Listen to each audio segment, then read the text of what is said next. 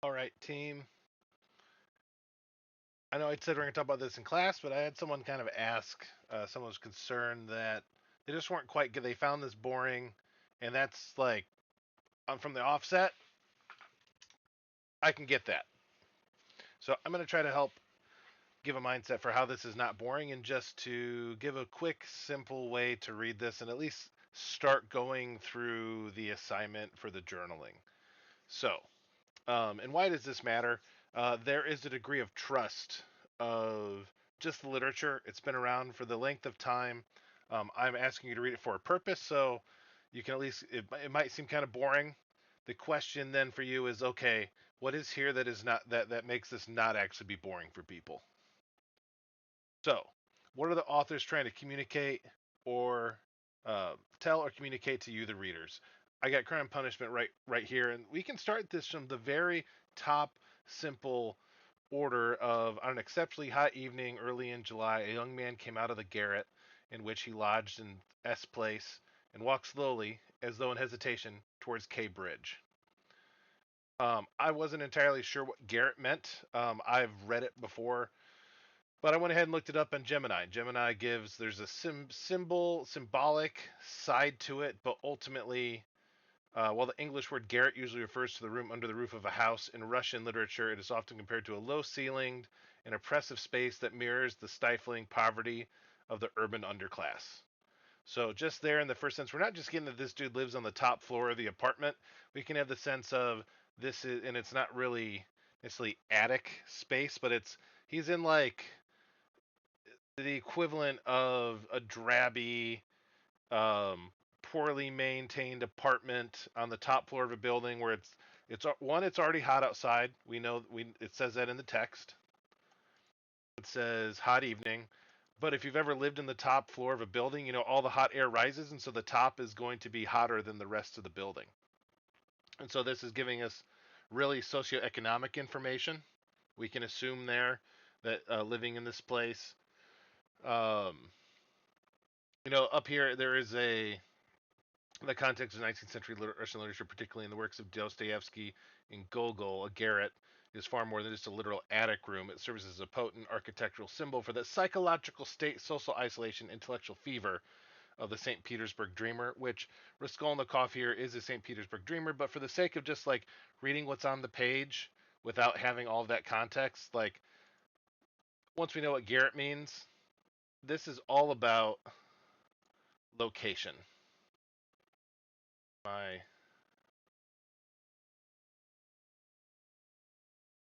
This is all location. So I'm going to highlight that as location is yellow. And he's going to walk. He has a destiny. He's going from S Place, one location, to another physical, going towards K Bridge. You could look this up on a map. That doesn't really matter. This is to the degree of this bro's, I don't know, down at like 35th and Archer, and he wants to walk up to Halstead, or wants to go up, wants to get over to like Halstead and Archer, which is um, like a mile or whatever, 2 miles up Archer Avenue. Like he's out in the neighborhood of the city. Want to go somewhere. So that's like what is the author? He is communicating where the guy lives, what are his living conditions, even if we don't use the word garret, but it more or less is just easier. It's a one word to describe. He lives on the top floor of a building. He had successfully avoided meeting his landlady on the staircase. So his landlady lives downstairs, and it says here his garret was under the roof. So that is under the roof of a high storied house and was more like a cupboard than a room. So there we get even more description of what the garret is like. So it is confirming here he's on the top floor, and he's in. Oh my gosh, I'm blanking on the type of. It's not a one bedroom apartment. It's like, oh my gosh, what is the term for a one room? It's a one room apartment, more or less. I just can't think of what the modern term for that is. I'm sorry, I'm just blanking. And he's avoiding his landlady. So then there's the question. There is a question here. If I'm going to highlight questions in like, I don't know, green. The question. I don't like that green. believe me, I plan on having you guys do highlighting on stuff. But there's a question. Avoided meaning, why did he avoid her? Well, we're about to find out. The landlady who provided him with Garrett, so with housing, dinners, and attendance, lived on the floor below. So we got him on the top floor. She's below. Imagine every time you wanted to leave your apartment and you owed your landlady or landlord something, you had to walk by their open door. You'd be glad if you successfully avoided that. So we're getting internal motivations and feeling from Raskolnikov here while he's doing this. The landlady, and so like this is all very compressed. This is not modern writing.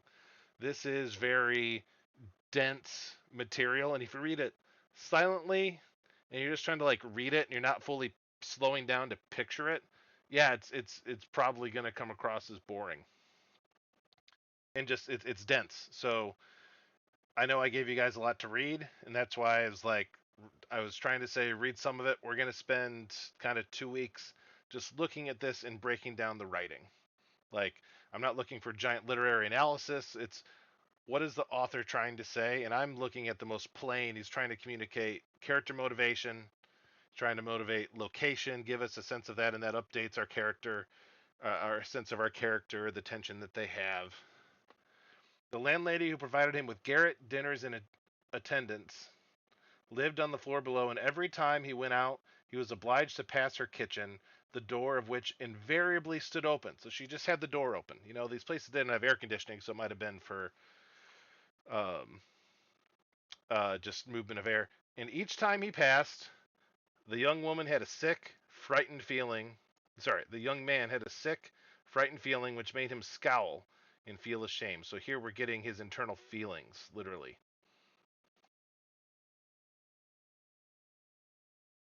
Scowl and feel ashamed. He was hopelessly in debt to his landlady and was afraid of meeting her. This also then, well, that doesn't even ask the question why. We know why, because at least we can assume it's because he owes her money. So right now it's, so and so lived at uh 48th and Cottage Grove, is on the top floor, poor, and he just like wants to go for a walk, but he's like doesn't want to get in an argument or a conversation or any interaction with his landlady, but he has to like risk walking by her door just to get outside the house. Like that is a comparative situation here. This was not because he was cowardly and abject. So it's not because of that. It's not because he's cowardly and abject. Quite contrary, for some time past, he had been in an overstrained, irritable condition, verging on hypochondria. So he'd been just like, and just to double check what hypochondria,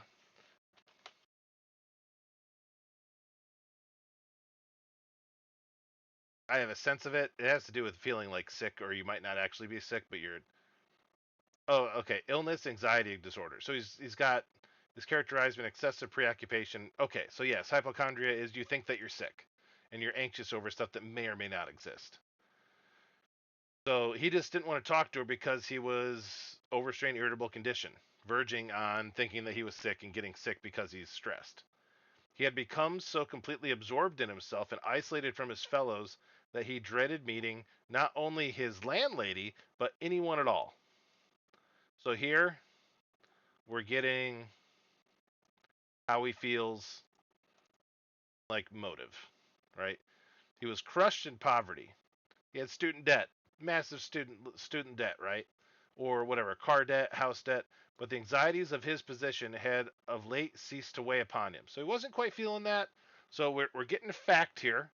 He was crushed by poverty, which is like a feeling, but the anxieties of his position of late had ceased to weigh upon him. So he was worried about that. He had given up attending to matters of practical importance. He had lost all desire to do so. So he doesn't really want to do anything either. Nothing really seems interesting. Nothing that any landlady could do had a real terror for him. So it's not like even her kicking him out necessarily scared him, but it's like, but to be stopped on the stairs, to be forced to listen to her trivial, irrelevant gossip, to pestering demands for payment, threats and complaints, and to rack his brain for excuses. So it's like, it's not just that she's yelling at him. He's trying to still come up with excuses to make her feel better and to get off his back, to prevaricate. to lie. No, rather than that, he would creep down the stairs like a cat and slip out unseen. So, what is if we take the first three paragraphs?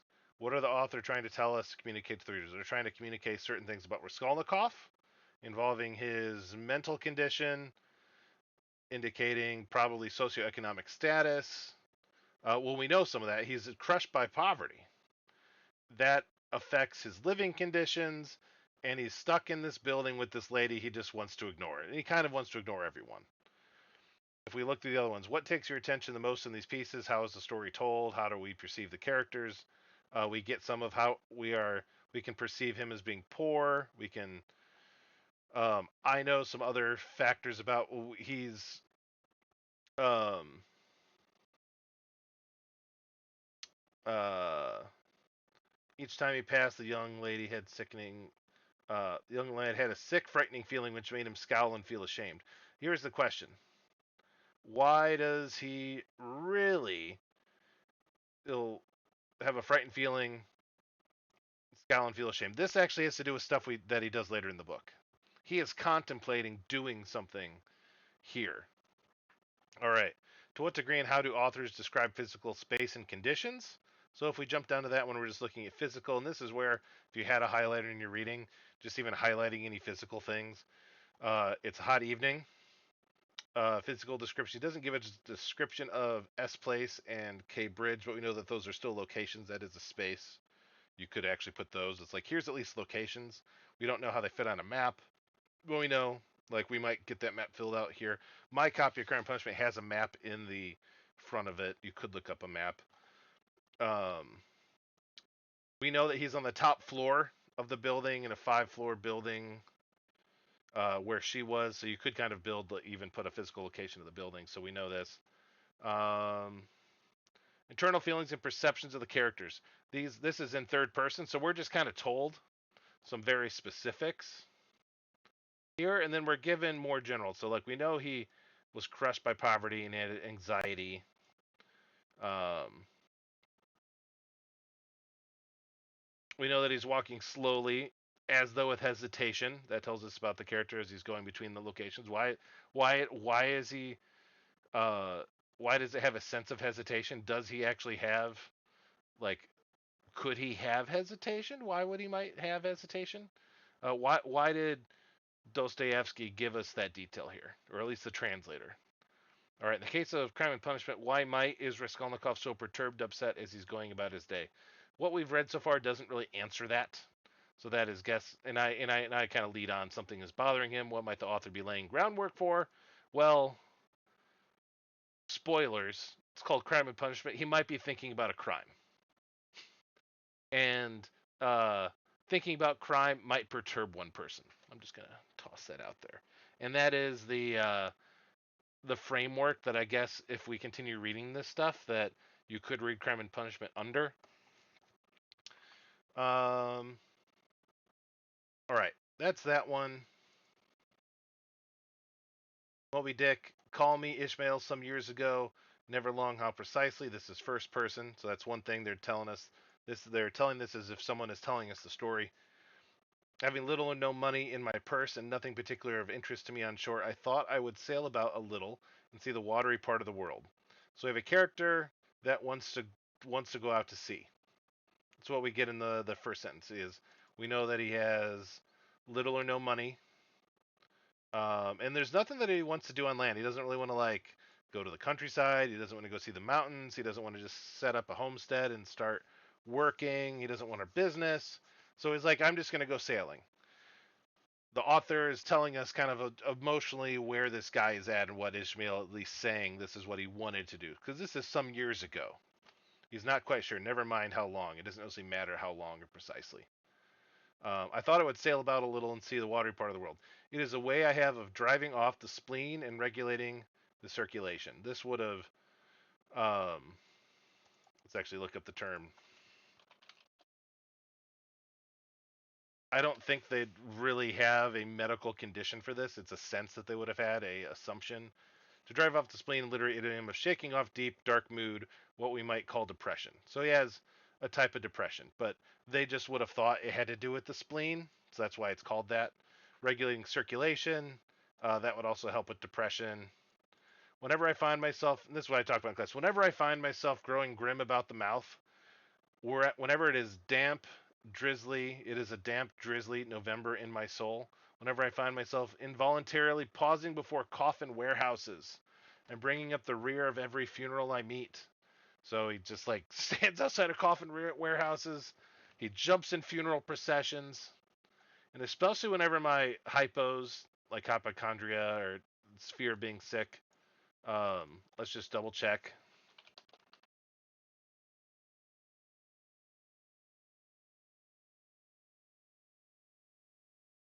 This is slow. This is admittedly slow. Yep, hypochondriasis, uh, 19th century, it meant something quite different from a modern. Well, now it's put hypochondria with irrational fear, and Melville's the hypos referred to profound melancholy or depression or nervous exhaustion, as opposed to being hypochondria being um, stress and anxiety with Raskolnikov. The upper hand of me, it requires strong moral principle to prevent me from deliberately stepping in. So whenever my hypos get such an upper hand of me that it requires a strong moral principle to prevent me from deliberately stepping into the street, methodically knocking people's hats off, then I count it high time to go to sea as soon as I can. You know, we've seen the TikTok videos of people just going out in the street knocking people's hats off or just punching random people in the street. Like, this is kind of like, and I don't know what motivates those people. He's at least admitting there are times where I'm just so mad at life and I'm so depressed. I just want to knock people's hats off. And this is when people be wearing like top hats. We're not talking about baseball caps. We're talking about top hats where you can get in big enough for your hand to just like knock the thing off. Uh, this is my substitute for pistol and ball. This is my substitute for suicide. With the philosophical flourish, Cato throws himself upon his sword.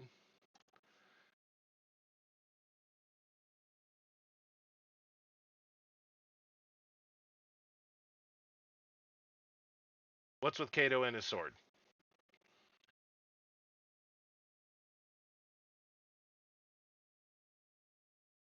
Uh,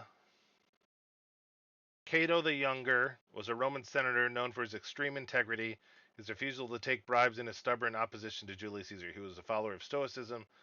Um, Sword. When it became clear that Julius Caesar would win the civil war and become a dictator, effectively ending the Roman Republic, Cato decided he would not live in a world where he was no longer a free man. So then I assume he threw himself on his sword.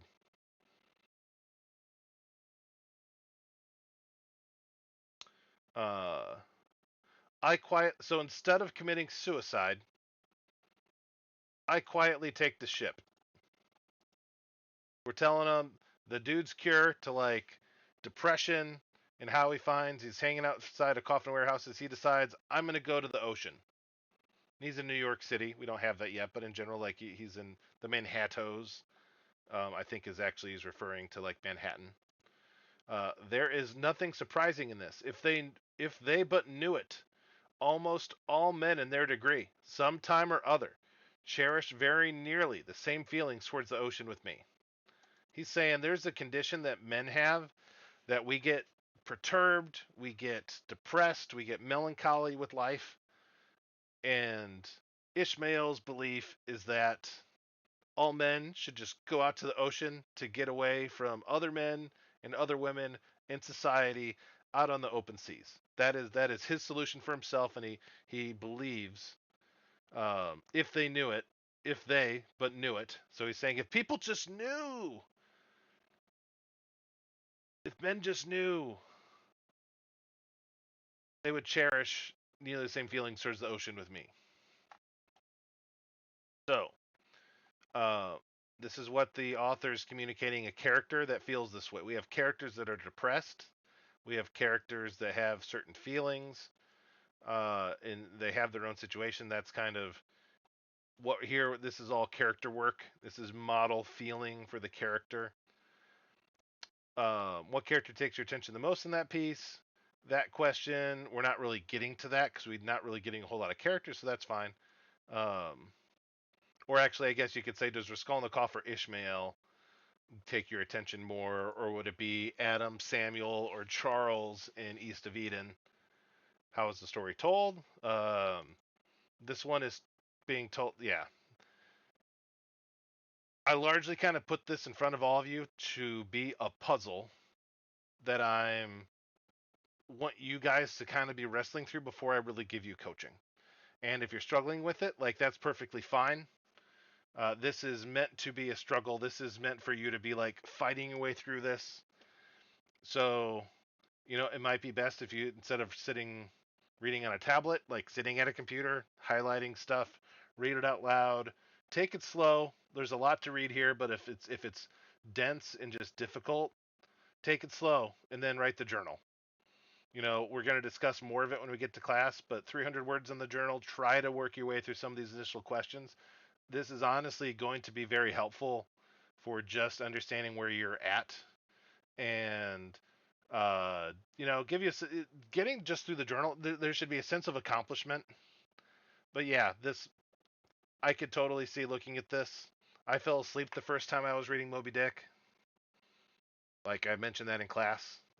But it's like I sit here now and taking it slow. And yeah, it's a massive book. We're not going to read the entire book. We're just looking at how are these guys telling stuff differently. I'm looking up terms. I don't know everything off the top of my head. I want to make sure that I'm understanding the best I can just what's in the text. I have a little bit more context when I'm reading this. Anyways, I've already gone on longer than I wanted, but this is nice intro, and I guess we can use it for other semesters and stuff like that, or be able to come back to.